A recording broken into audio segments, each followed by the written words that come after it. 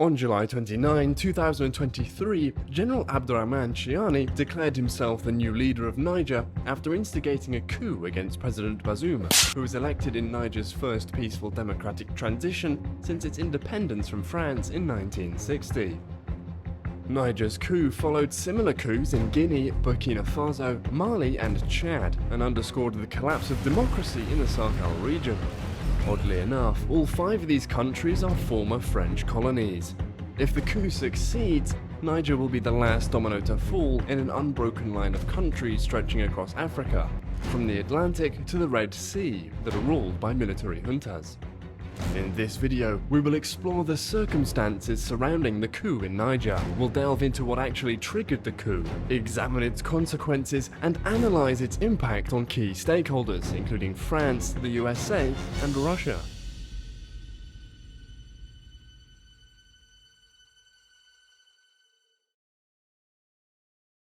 The first question we need to ask is, how did we actually get here? Niger and France have a long history together, starting with French rule in 1898 and lasting over 60 years.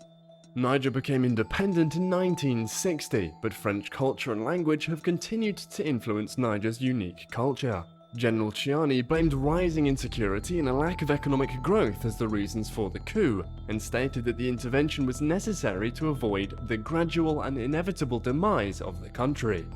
On the surface, that appears to be true. However, there are other issues that precipitated the latest coup.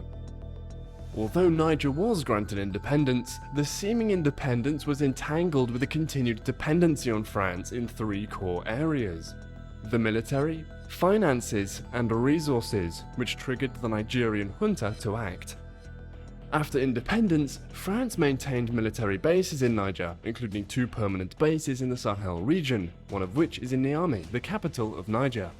The French also continued to provide training, support, and equipment to Niger's armed forces. This military involvement aimed to maintain stability and safeguard France's interests, particularly concerning vital resources like uranium, which we will get into later. The large foreign military presence has angered the Niger military, who believe it undermines their authority. Financially, Niger remained connected to France, and the French financial system continued to influence Niger's economy. Niger relied on financial assistance and loans from France, leading to a debtor-creditor relationship that influenced economic policy. The financial ties limited Niger's ability to pursue independent economic strategies, affecting its development trajectory. For example, the Central African franc, or CFA, is a currency that is used by 14 nations in West and Central Africa, including Niger. Countries using the CFA franc are required to store 50% of their currency reserves with the Banque de France, and the currency is pegged to the euro. While France asserts that the system promotes economic stability, it is clear that it allows France to exert control over the economies of the countries using it. Thirdly, one of the most crucial aspects of this relationship was France's continued reliance on Niger's uranium resources. Niger is one of the world's top uranium producers, possessing some of the largest and highest grade uranium mines. Agreements between France and Niger ensure a stable supply of uranium, which is essential for France's energy needs. For some context, France is one of the world's largest consumers of nuclear energy, relying on nuclear power for about 75% of its electricity. Uranium, a crucial component in nuclear reactors, is a vital resource for France's energy strategy. Uranium ore mining in France came to a halt in 2001 when the last mine ceased production. Although there were still uranium deposits within the country, extraction was no longer economically viable. With the end of the domestic uranium mining in 2001, France became highly dependent on imported uranium to meet its energy needs, which highlights their significant interest in Niger. Considering all of these factors, the Nigerian military seeks to liberate itself from France's control and operate independently. The deeply entrenched French influence in their army and financial system has led to unfavorable contracts for Niger, particularly concerning uranium mines. Feeling that their country was being exploited, the military junta reached a breaking point and decided that they had had enough.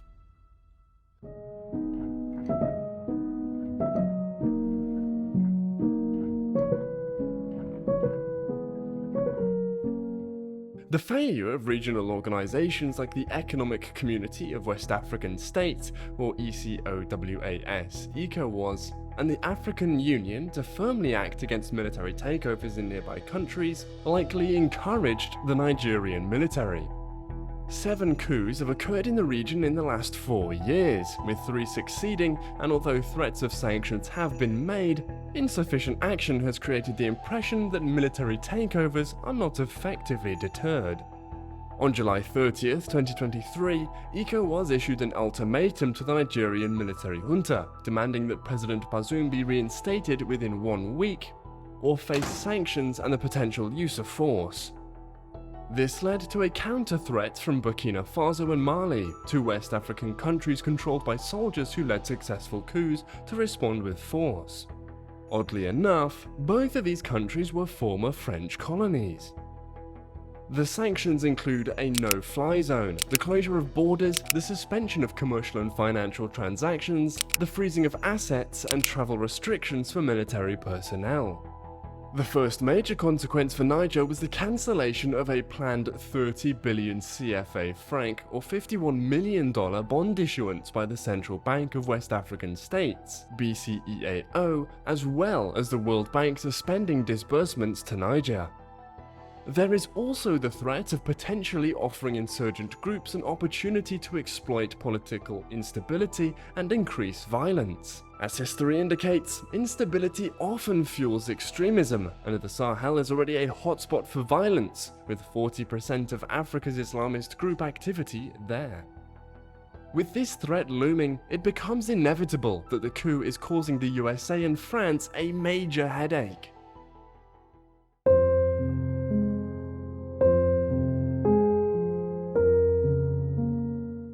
The main parties impacted by the coup in democratic Niger are the US and France. Niger is vital to the US and France for its role in combating Islamist insurgents in the Sahel region. US and French troops have trained local forces against these militants. Along with France's interests in Niger, which we discussed earlier, the United States is Niger's largest trading partner, and there are many American companies operating in Niger, particularly in the mining and energy sectors. The United States and Niger also have a strong trade and investment relationship. The coup has obviously put strain on these relations and opened up the door for other forces to replace the US and France as Niger's strategic partners. This is a huge dilemma for France and the US because their original partnerships were with a democratically elected government, and now there is someone else in charge.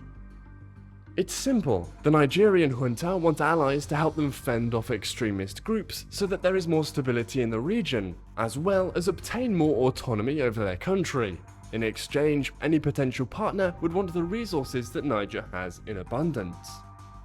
The coups have unfolded within the context of a wider struggle between the West and Russia for influence in Africa, where experts say a rising tide of anger in former French colonies has left the door open for the Kremlin.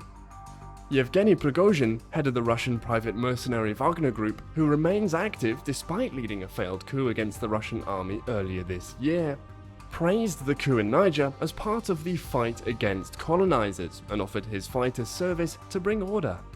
Prigozhin blamed the coup in Niger on the legacy of colonialism and said his group was capable of dealing with situations like the one unfolding in the army, though there are no signs yet that his offer has been taken up. What happened in Niger has been brewing for years, Prigozhin said in a message posted on social media. The former colonizers are trying to keep the people of African countries in check. In order to keep them in check, the former colonizers are filling these countries with terrorists and various bandit formations, thus creating a colossal security crisis. Prigozhin's view contrasted with the official Russian government stance, expressed by President Vladimir Putin's spokesperson Dmitry Peskov, who called the coup a serious concern and urged restraint and a quick return to legal order, while criticizing non-regional intervention as ineffective. The situation in Niger following the military coup has escalated with various developments. The one-week deadline by ECOWAS for the junta to return power to President Bazoum expired without action. while 30,000 people demonstrated in support of the junta in Niamey. The junta demanded France's withdrawal from Niger within 30 days and closed the country's airspace, citing the threat of military intervention. The military also began strengthening its forces in Niamey in preparation for an invasion, while Italy's foreign minister called for an extension to the ECOWAS deadline. Attempts at talk by ECOWAS, the UN and the African Union were denied, leading Nigeria to announce more sanctions and offer more than half of the 25,000 troops for the invasion of Niger if necessary. What is clear, though, is that it is evident that African nations are increasingly claiming a more prominent role in international discussions, and want a bigger seat at the table. They are growing tired of being exploited by Western superpowers in exchange for a few breadcrumbs.